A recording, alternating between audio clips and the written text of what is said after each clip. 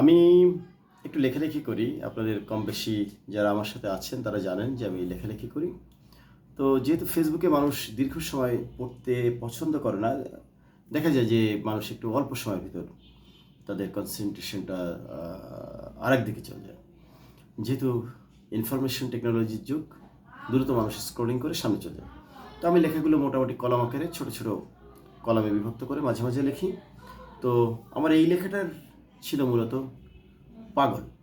আমরা পাগল শব্দটা বেশ বিভ্রান্তিকর, কিন্তু অতি বাস্তবতা হচ্ছে পাগল বলে মানুষকে হেয় করার একটা প্রবণতা সমাজে আমরা দেখতে পাই।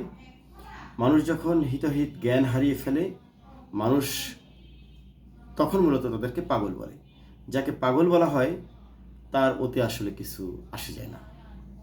কিন্তু মানুষ সব থেকে যে শব্দটা সুস্থ স্বাভাবিক মানুষের ক্ষেত্রে ব্যবহার করে মজা পায়, বিনোদন পায়, কিংবা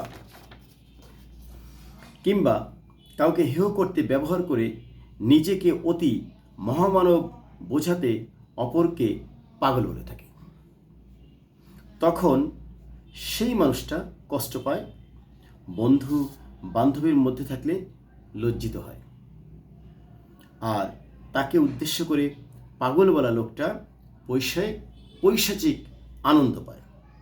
আমরা পিচাসের মতো আনন্দ পাই, যেটা বলি আর কি।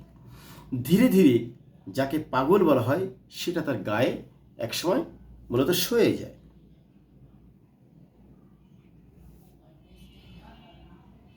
এতে তার খুব বেশি কোনো ক্ষতি হয় তেমনটা না। সমাজে আমরা মোটামুটি প্রেমে পাগল, আল্লাহ পাগল, রাসূল পাগল, গান বাজনায় পাগল, নেশায় পাগল সহ নানা কিসিমের পাগল দেখি। সমাজে আরেক শ্রেণীর পাগল দেখা যায়, এরা সৃজনশীল। সমাজের বা লোকের সমাজের বা লোকে কি বলবে থোড়াই কেয়ার করে সে তার সৃজন কাজে ডুবে থাকে। সেটা হতে পারে নতুন কোনো কাজ, নতুন কোনো সৃষ্টি, নতুন কোনো ব্যবসা বা উদ্যোগ, যা সাধারণত তার করার কথা, যা সাধারণত অন্যরা চিন্তা করতে পারে না। মানে যে কাজটা সে করছে, যারা এটা দেখে তারা এটা নিয়ে বিব্রত বোধ করে যে আরে লোকটা কী করে, এটা একটা পাগল নাকি। কিন্তু যে কাজটা করছে সে তো জিনিসটা জানে যে আমি কি করতে যাচ্ছি বা কোথায় যাব। এই শ্রেণীর মানুষগুলো হয় প্রচণ্ড মেধাবী। এইগুলো লোকজনগুলো যেই হোক তা প্রচণ্ড মেধাবী হয়। সাধারণ লোকজন যা কল্পনা করতে পারে না সে সেটা দেখতে পায়। ধৈর্য অধ্যবসায় দিয়ে যখন সে সফল হয়, লোকে তখন তাকে মেধাবী বলে।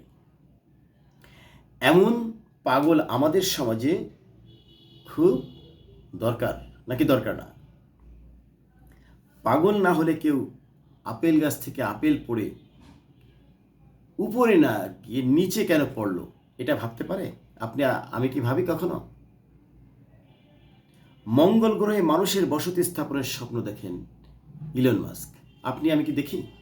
মঙ্গল গ্রহে মানুষ বসবাস করলে আপনার কি আমার কি? অথচ কেউ চিন্তা করছে যে এই মানুষ বসতি পৃথিবীতে ধ্বংস হয়ে যেতে পারে। কেন ধ্বংস হয়ে যেতে পারে আপনি জানেন? এই পৃথিবীতে যে পরিমাণ অ্যাটম বোম আছে তাতে এই পৃথিবীকে বেশ কয়েকবার ধ্বংস করে আবার, মানে আরও অনেকবার, একবার না পুনঃ পুনঃ ধ্বংস করে ফেলার, মানে ধূলি ধূসরে মিশে যাওয়ার মতো অ্যাটম বোম আমেরিকা, রাশিয়া, এরকম কিছু দেশ আছে যাদের কাছে পারমাণবিক অস্ত্র আছে, মজুদ আছে।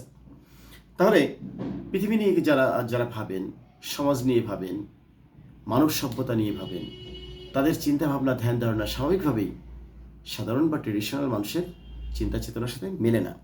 ইলন মাস্ক স্বপ্ন দেখেন পৃথিবীর মানুষকে কীভাবে মঙ্গল গ্রহে পাঠানো যায়, সেখানে যেয়ে তারা বসবাস করতে পারে, মানুষের জাতিটা যাতে কি হয়, টিকে যায়। বিশ্ববিখ্যাত পদার্থবিজ্ঞানী হকিংয়ের নাম আপনারা শুনেছেন। তিনি ভবিষ্যৎবাণী করেছেন যে মানুষের এখনই উচিত অন্য কোনো গ্রহে তাদের বসতি স্থাপন করার চেষ্টা করা, নইলে অদূর ভবিষ্যতে মনুষ্য জাতির ধ্বংসের মুখে ধ্বংস অনিবার্য হয়ে উঠতে পারে। ধর্ম নিয়ে বাড়াবাড়ি করা যেখানে পাপ, আরজালি মাতব্বর মনে করেন, তার মনে অনেক প্রশ্ন জাগে যে ধর্মটা কি। আরজালি মাতব্বর শুনেতে বুঝছেন একজন মুসলমান, বরিশালের লোক, তিনি মুক্ত চিন্তায় বিশ্বাসী বা চিন্তা করতেন। তিনি ইসলাম ধর্মের বিভিন্ন বিষয়গুলোর পরে তার মতামত, তার কোশ্চেন আছে তার বইতে। আপনারা যারা একটু দর্শন নিয়ে চিন্তাভাবনা করেন বা একটু পড়াশোনা করেন, তারা আরজালি মাতব্বরের নাম শুনবেন। তাই মানুষ তাদের কি বলে, মানুষ আরজালি মাতব্বরকে পাগল বলতো। আর সেই অশিক্ষিত আরজালি মাতব্বরই ঢাকা ইউনিভার্সিটির দর্শন বিভাগ তাকে একদিন ডাকে বক্তৃতা দেওয়ার জন্য। যে ঢাকা ইউনিভার্সিটিতে ভর্তি পরীক্ষায় টেকেনি, সেই ইউনিভার্সিটিতে পড়ানোর ডাক পায় নাট্যকার, উপদেষ্টা, এই যে লাস্ট কেয়ারটেকার গভর্নমেন্ট বা অন্তর্বর্তীকালীন সরকারের উপদেষ্টা ছিলেন মোস্তফা সরোয়ার ফারুকী। তিনি ঢাকা ইউনিভার্সিটিতে ভর্তি পরীক্ষা দিয়ে টেকেননি, কিন্তু সেখানে তিনি চলচ্চিত্রের উপরে পড়ানোর জন্য বা লেকচার দেওয়ার জন্য ডাক পেয়েছিলেন। তাহলে আমরা কি বলতে পারি, ওহে ভাই ভগ্নী, পিছে লোকে কি বলবে, কান না দিয়ে তোরা পাগল হবি কবে বল। আশা করছি আমার ভিডিওটা আপনাদের ভালো লাগবে। ধন্যবাদ।